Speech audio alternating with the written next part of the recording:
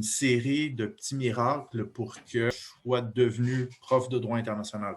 C'est-à-dire que je viens d'une famille ouvrière en banlieue de Montréal et j'étais un élève assez moyen au secondaire, au lycée et je me suis inscrit assez tardivement à l'université comme étudiant libre en sciences politiques. Et c'est à ce moment-là que l'étincelle un peu s'est produite. C'est-à-dire, plus concrètement, c'est que donc je devais travailler pour payer mes études. J'avais des rapports, des relations de travail assez difficiles.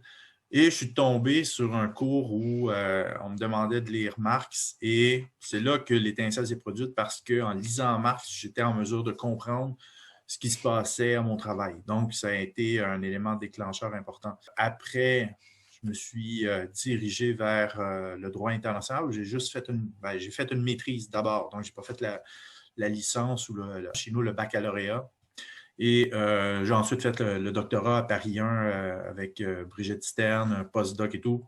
Bon, là, c'est à partir de ce moment-là, en fait, à partir de la maîtrise que je me suis complètement transformé ou orienté vers le droit. Mais malgré tout, j'ai tout le temps continué à m'intéresser, évidemment, aux relations internationales, aux théories notamment, mais aussi à l'économie politique. Donc, même si pendant une certaine période, là, donc je suis prof à l'UQAM depuis 2008, dans les premières années, je me suis surtout concentré sur les théories de relations internationales et du droit international, notamment les théories critiques.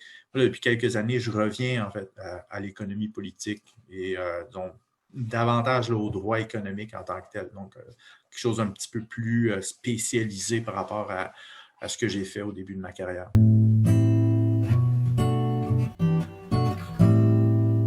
Le lien est assez clair pour moi, c'est que la façon dont ce que moi j'appelle la forme juridique, là, notamment le fait que les sujets de droit international soient les États et que les règles soient constituées grâce à la volonté de ces États-là, en grande partie. Ça fait en sorte que c'est la volonté des groupes dominants qui, à l'intérieur de chaque État, qui détermine la volonté de l'État. Deuxièmement, que les règles soient d'abord et avant tout le reflet de la volonté des États dominants. Ça fait en sorte que les règles sont des règles qui correspondent aux intérêts des groupes dominants, des États dominants. Donc ça, c'est une première chose. Deuxièmement, le droit permet de structurer le monde de structurer le monde en fonction de ces intérêts-là, en fonction de ces règles-là. Donc, c'est notamment là, pour ces raisons-là qu'il y a un lien direct entre les rapports de domination ou de subordination et le droit international. Pour le dire autrement, les rapports de subordination finissent par déterminer le contenu du droit, mais en même temps, le contenu du droit permet aux rapports de subordination de se perpétuer, de se reproduire.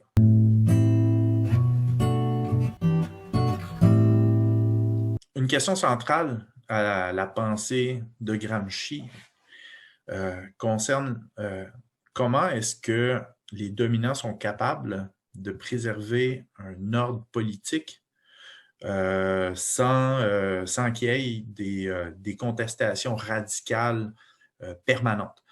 Donc, Gramsci explique deux façons de garder un ordre social intact, soit par la coercition, soit par ce qu'il appelle le consentement spontané, donc par la constitution d'une hégémonie d'un groupe social. Donc, la constitution, c'est évidemment l'armée, la police, les tribunaux, mais ensuite, il y a des phénomènes idéologiques qui font en sorte que même les subalternes d'un ordre politique ou d'un ordre social en particulier vont avoir l'impression qu'ils sont inclus dans ce projet politique-là et donc ils ne le remettront pas en question continuellement.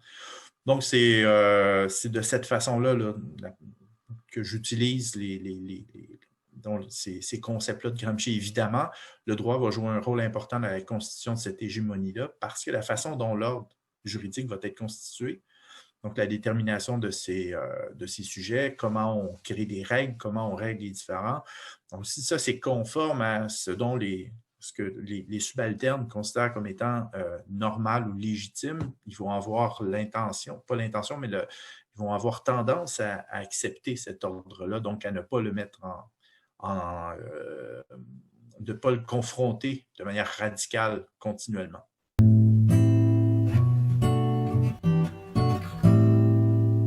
Oui et non, c'est-à-dire que par essence, il constitue généralement des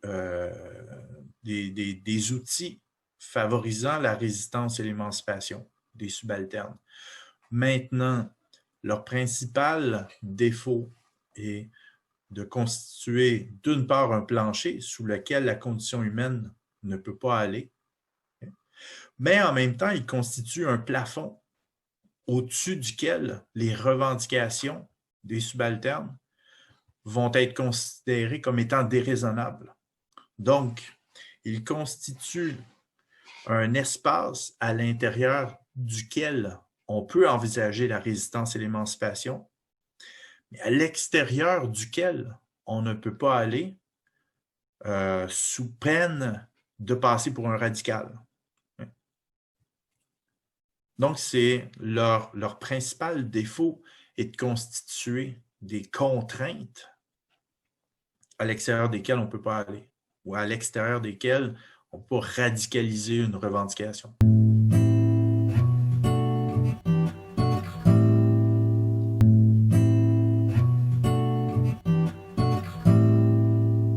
C'est une bonne question. Premièrement, je sais que le rapport entre l'être humain et la nature constitue un angle mort dans mes travaux jusqu'à maintenant. J'essaie de corriger le tir, mais quand même, c'est un gros morceau. Ensuite, j'estime qu'un élément important, je devrais dire, néanmoins, j'estime qu'un élément important de la relation entre l'individu et la nature est relié à l'exploitation de la nature par l'être humain. Donc, l'exploitation actuellement prenant la forme d'un système ou s'insérant ou étant inhérent à un système d'exploitation économique ou un système économique et le capitalisme, je serais tenté de dire qu'on peut analyser la relation entre l'être humain et la nature en utilisant le cadre conceptuel qui est proposé dans ce livre-là, parce que le capitalisme en fait partie. Okay? Maintenant, ce serait un peu indirect comme analyse, parce que ce que je mets de l'avant d'abord et avant tout, quand je parle de capitalisme, c'est l'exploitation d'un groupe par un autre. Donc, ça prendrait probablement certains ajustements. Mais il me semble que dès lors que le capitalisme est central, ou une critique du capitalisme est centrale à ce livre-là, il me semble qu'on pourrait sans trop de mal faire entrer la relation entre l'être humain et la nature dans ce cadre théorique-là.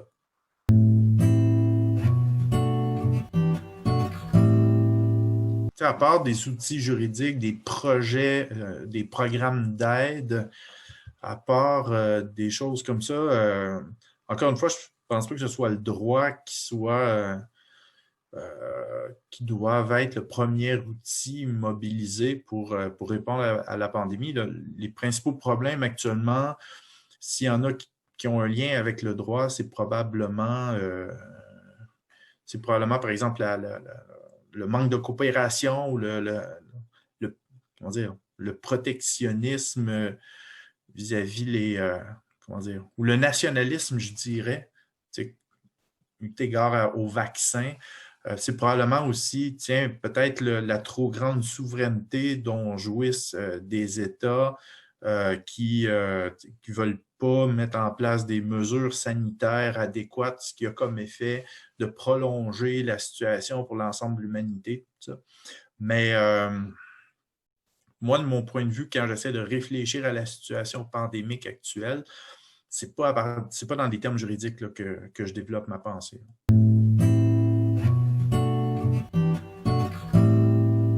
Ce qui m'intéresse ces temps-ci, c'est par exemple la crise à l'Organisation mondiale du commerce. Okay? une crise qui prend plusieurs formes. Premièrement, ça fait maintenant 19 ans qu'on cherche à négocier des nouveaux accords dans le cycle de Doha. On n'est pas capable de le faire. Ça fait en fait, même si techniquement le cycle continue, mais ça fait plusieurs années que de facto le projet est abandonné, alors que l'Organisation mondiale du commerce a comme mandat de continuer à développer les règles de droit économique. Deuxièmement, il y a ce que les fondateurs de l'OMC appelaient les bijoux de la couronne, c'est-à-dire l'organe de règlement des différends avec son tribunal, sa Cour suprême qu'on appelle l'organe d'appel. Donc, l'organe d'appel est dysfonctionnel parce que les États-Unis refusent de nommer, donc posent leur veto à la nomination de nouveaux membres, donc de nouveaux juges à l'organe d'appel. Ensuite, là, aujourd'hui, le 17 novembre 2020, là, on est en plein... donc, la crise prend une nouvelle dimension là, depuis une semaine ou deux, c'est-à-dire que les États-Unis mettent encore une fois leur veto à la nomination d'une nouvelle secrétaire générale. Ça va être visiblement une femme, parce que les deux dernières candidates sont deux femmes. La candidate qui recueille un large consensus, les États-Unis n'en veulent pas. Ils veulent mettre leur veto. Donc, on risque de se retrouver avec une organisation sans organe d'appel, sans secrétaire général. Et ça, c'est problématique. Donc, maintenant, comment je commente ça?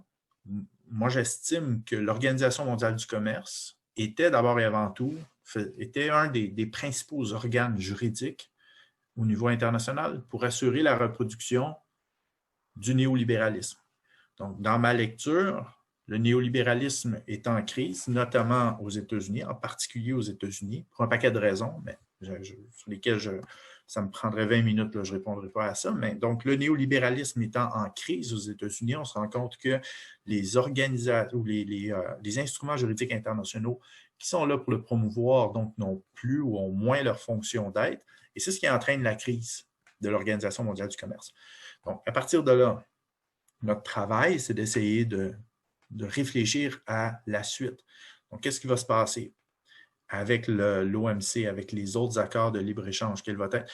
Donc, notre travail, à mon avis, en tant qu'internationaliste critique, c'est d'essayer de réfléchir à comment on va réorganiser. Si on suit l'idée selon laquelle les organes ou les instruments de droit international sont là pour appuyer ou pour faire fonctionner des façons d'organiser l'économie, c'est comme j'appelle des régimes d'accumulation. Donc, si on veut imaginer des nouveaux instruments internationaux, juridiques, il faut réfléchir à une façon de réorganiser l'économie.